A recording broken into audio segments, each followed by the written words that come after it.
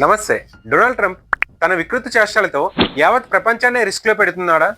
అవుననే అంటున్నారు పర్యావరణవేత్తలు.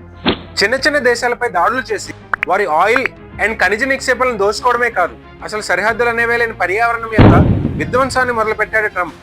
ఎన్నో రకాలుగా మనం పొల్యూట్ చేస్తున్నటువంటి ప్రకృతిని రక్షించుకోకపోతే అది తిరిగి మనపై విధ్వంసాన్ని సృష్టిస్తుంది. దానికి జాతి, మత, కుల, ధనిక, పేద అనే భేదాలు ఉండవు.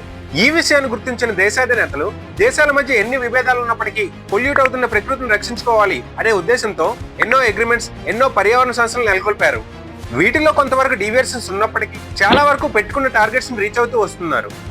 దాని ఫలితమే ఒకప్పుడు ఎంతో పెద్దగా ఉన్న ఓజోన్ పొర యొక్క హోల్ ఈ రోజు తగ్గుతూ వస్తుంది. కానీ ట్రంప్ రీసెంట్ గా అమెరికా ప్రయోజనాలకు ఈ అగ్రిమెంట్స్ ఇబ్బందిగా ఉన్నాయని చెప్తూ దాదాపు ఇటువంటి 66 అగ్రిమెంట్స్ మరియు సంస్థల నుంచి అమెరికా వైదొలుగుతున్నట్లు ప్రకటించారు.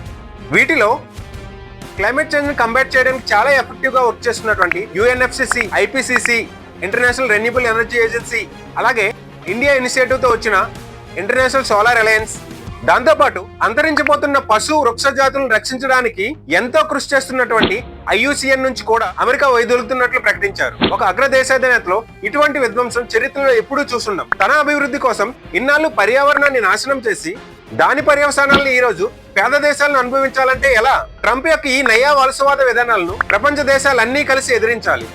ఇలాంటి మరిన్ని ఇన్ఫర్మేటివ్ వీడియోస్ కోసం ప్లీజ్ సబ్స్క్రైబ్ ద ఛానల్.